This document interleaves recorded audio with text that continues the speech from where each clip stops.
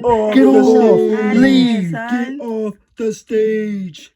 Let's talk fashion. Hey guys, so it's your boy Picante J back at it again with another video, and yeah, we're gonna talk about fashion and body image and some other things. If you're wondering, this video was sparked by this tweet. All you gotta do is be skinny/thin and dress like a randomized sim character, and people are gonna hype you up as the pinnacle of fashion. Now, as you can see in the picture, that girl is wearing a decent outfit. I don't really like it that much. I think she is skinny, but a lot of people have agreed with that post, as you can see by the likes and retweets. A lot of people feel as though that skinny people have privilege when it comes to wearing whatever they want. Literally, here's another tweet. A tweet making fun of these women has 100,000 likes, but I swear to God, if Bella Hadid wore this exact same outfit, it would be on a million of 80s casual inspo Pinterest boards, because, as always, fashion is judged exclusively by the bodies that wear it. Now, I don't fully agree with that post, but I did look at a pic of Bella Hadid in a similar outfit, and honestly,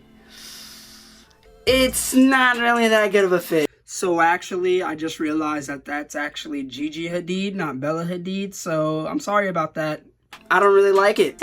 Maybe it's subjective, because, you know, fashion is an art form and it's subjective. You may like things that I don't like. You may like things that I like. It's all different. But we're gonna get down into the nitty-gritty of these arguments that these people are making. And the first question we have to ask ourselves is, why are models skinny? Now, looking at our article, basically I read through it. What I found was that some designers want the models to fit their clothes, not the other way around. So basically, they want these models to be the canvas for their art, and which is a reason why I can kind of basically rationalize them using skinnier models. Because if you use a very muscular person to model your clothing, then that person being muscular is going to take away from the art that you create. Because you have to remember, a lot of these designers that are doing New York Fashion Week and other exclusive fashion shows, they're not releasing their pieces to the public, alright? This is just for the show. A lot of times they're not releasing their stuff to the public. So this is just for the show. This is just for the art. I mean, have you seen some of these extravagant pieces? What the heck are you wearing? What are you wearing? So when they're doing that, they're trying to get a blank canvas, alright? You really won't see a chef using a plate that isn't white. I know what some of y'all are thinking, stop it. Or a plate that isn't plain. So for a lot of designers, they're looking for that blank canvas. And what has been the blank canvas for a very long time is skinnier models. They haven't really used plus size models. I mean, now you're seeing an influx of that today, but the trend has been usually skinny models, and I kind of understand, but a lot of people have a problem with that. The second question we must ask ourselves and be honest with ourselves is, do you think that clothes look better on somebody you think is attractive? Have you ever seen somebody wear an outfit and that outfit looks better because of how good that person looks? Don't be ashamed to say yes, because I put out a poll on Twitter and the majority of people said yes. When the person is attractive, the clothes look better. Person wearing the clothes makes the clothes look better. So then a third question we should ask ourselves, is there a bias towards skinny people being attractive, which is why when people put them in certain clothes, those clothes are seen as more appealing. Now, to me, I really don't think so, simply because game recognized game. I could see an outfit on anybody, and I don't like, it's gonna be a marginal difference, alright? Yeah, I think that some clothing items fit better on certain people. Like, you want certain models to model your stuff. Like, if you're selling a Gymshark tee or selling a Gymshark tank top, you want somebody who's buff than Joe Schmo off the corner. Also, if you're trying to sell some leggings and cute workout apparel, you want some ladies who actually have some assets rather than these guys. So it makes sense to a certain degree, alright, but when it comes to just a basic regular outfit that doesn't really try to reach a certain demographic, then I personally don't think it matters how the person looks.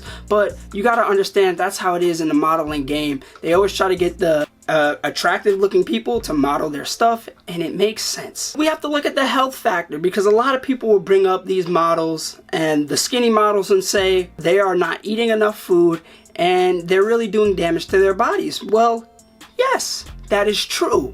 But we also have to look at the plus size end of these models, and they're also participating in unhealthy eating habits. But I'm not stopping there, because a lot of bodybuilders, a lot of people who model their physique are also having unhealthy eating habits. One thing I will say about bodybuilders is that a lot of them do not keep that same restrictive diet of cutting throughout the whole year. They only do that for a few weeks or so. So I'm not completely comparing them to the other two categories I mentioned before, but their diets in that short amount of time can still lead to other binge eating disorders. So all three sectors of modeling that I just named have multiple problems with eating disorders running rampant through each of them. This isn't just an isolated instance when it comes to skinny models, all right? Now, one can make an argument, oh, which is better, or which is healthier, or which situation is better to come out of, all right? I'm not here to talk about that. I'm sorry, but I gotta say it. Honestly, I have to talk about it, and honestly, I do feel as though that if you are extremely obese, that is a harder hole to dig yourself out of than being anorexic and being in basically starvation mode for a cut, for a show, for bodybuilding. I would say that bodybuilders, you know, they can always snap back out of it. For a lot of them, it's hard because a lot of them develop binge eating disorders. So you always have to be careful. But you have to understand why a lot of these models do what they do. And it's because they want to make money, baby. They want to make money. So a lot of times you got to ask yourself, or these people ask themselves, I'm willing to put my body through this if it means putting food on the table. I'm willing to eat less food to put more food on the table, or just get more money in my pocket. So these people make those sacrifices. Like, I've heard stories and read stories of plus size models constantly eating more food because they know that if they lose weight, then they could lose their job opportunities. A lot of these people are willing to put their bodies through that stuff to make some money and make a living off of what they do. Now, you also got to understand why companies use certain models to sell products. Like I said earlier, if a companies realize who looks attractive regardless of what their bodies look like. And same for me, bro, because when it comes to Instagram, I follow girls who look like this, girls who look like this, and girls who look like this. And I think that they all look attractive, all right? Can't really say who looks better at the end of the day, but one thing I will say is that it all starts with the face. And if you don't have a great looking face, then good luck, Charlie, because I follow plus size models, and one thing I've noticed is that a lot of them have pretty good looking faces, all right? They wouldn't have jobs if it wasn't for their faces. Yes, they have the body, but can your face sell the product? And that is just how the business is. When you go online, you're shopping for clothes. Look at the models. Tell me how they look. Point out how many of them are ugly. Look at media in general. All right, and see how many ugly personalities you can spot. Just look at the whole entertainment industry. It's really hard. Now, back to the earlier point of designers saying they're trying to look for models that can fit their clothes. I try to look for clothes that fit me. And one thing that is very unhealthy is that I see a lot of people they'll buy clothes and say, you know what, I'll fit this one day. And this made me think of the movie called Requiem for a Dream. And one plot point of that movie was that this lady was invited to a game show because she won like a sweepstakes prize, but there was this nice dress that she had in her closet, but she couldn't fit it. And she made it a mission to try to fit in that dress before she got on the show. And I'm not going to spoil the movie, but let's just say it did not turn out well. Definitely recommend y'all watching that movie. So the thing is, a lot of people, they'll buy clothing items, it won't fit at first, or they'll have clothing items that they want to fit. And what I will always say is that buy clothes that fit you. Don't try to fit into clothes that you don't fit into. All right, I just got 2 shirts from ASOS. Yeah, one is too big and one is too small. You cannot hold yourself down when you don't fit certain clothes. When it comes to me personally, when I online shop and I try to find items that have models modeling them, because on some sites they don't have that, all right, because I want to see how these clothes fit. I want to see how these clothes look, because I can't go into a store right now and try on clothes because of, you know, the corona. But luckily, some websites have this feature where people who buy products can take pictures and leave them in the review and show how it fits on them, which I think is great because yes, I know that everybody doesn't have the same body type as me, but if I can find somebody similar, then I can be like, oh, that actually does look nice on them, so it kind of look nice on me probably. So that helps me out. That's one of the methods I use, and I definitely recommend you use certain sites that do that, or always look if they have a feature to see reviews and see if it fits true to size, because some websites say, oh, it fits true to size, but it doesn't really fit true to size.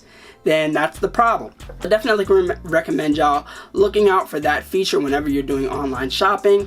But to wrap this video up, when it comes to fashion, I do think there's a subtle bias when it comes to skinnier people, and I think that that might be related to how we deem people who are not fat more attractive, and yeah, and how we also believe that also a lot of people believe that if you're more attractive, the clothes look better on you as compared to somebody who's less attractive. So I think it's a subtle bias. I don't think that it's a really big problem. I think a lot of people on Twitter just get riled up for the smallest of things, and this is kind of one example. I don't think it's like really that big, but I don't know. Let me know how you feel in the comments down below. Let me know if I missed out on anything, and also thank you to all my new subscribers. I really appreciate it. You know, that Abby Sharp video is blowing up right now, so I'm really proud about that. And always, this has been a Picante J video, so please remember to like, comment, subscribe, and peace. Securing the purse and the bag and the suitcase.